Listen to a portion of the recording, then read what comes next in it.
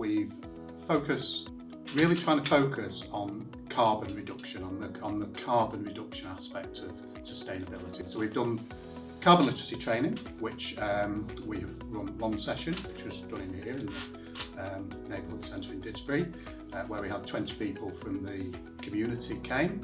The most pleasing thing about that, I mean the day was fantastic, but the most pleasing thing about that is that of the 20 people who came, more than half of them are now have continued to be active within the group, so they've joined as members, so it feels like a snowball is rolling down the hill. I think one of the most surprising things that came out of the session here was people really surprised, for example, how big food is towards your carbon footprint. So it's about educating people, and it's about people making a shift from perhaps driving everywhere as one person in the car to car sharing, to cycling a bit, to using public transport. This is the climate stripes. This was created by someone at Reading University, and as you go along, they've measured the average temperature for each year between 1850 and 2018, and as it gets red, it's above average, as it's blue, it's below average. So that is how the planet has been heated up. This is Didsbury's emissions, and I'm afraid these aren't done quite to scale,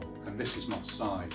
So basically there's between 4 and 5 times as much emissions in Didsbury as there are. The black line is where we need to be. When we did this as a stall and we had that information up Didsbury got the highest carbon emissions, people stopped and they just went, what? And you can see them thinking, but I read books about the climate, I recycle, you know, I have reduced the amount of meat I eat. And then you say, yes, but you live in a big house that's expensive to heat.